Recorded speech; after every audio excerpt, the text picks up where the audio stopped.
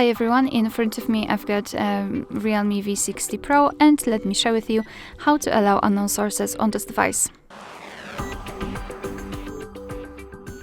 So let's start with opening the settings, and here we have to scroll down, not the very bottom, simply to find security and privacy. Then let's scroll down and localize more security and privacy and find installation sources.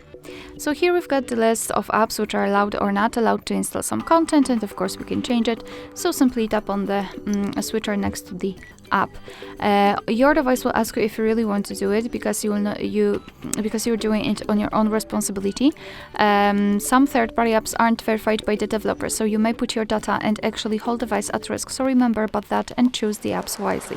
So let's tap on allowed, and from now on the Chrome in my case is allowed to install something. Of course you can turn it off, remove previously granted permission, just by tapping on the switcher again. Alright, so that will be all. Thank you so much for watching. I hope that this video was helpful, and if it was, please hit the subscribe button and leave the thumbs up.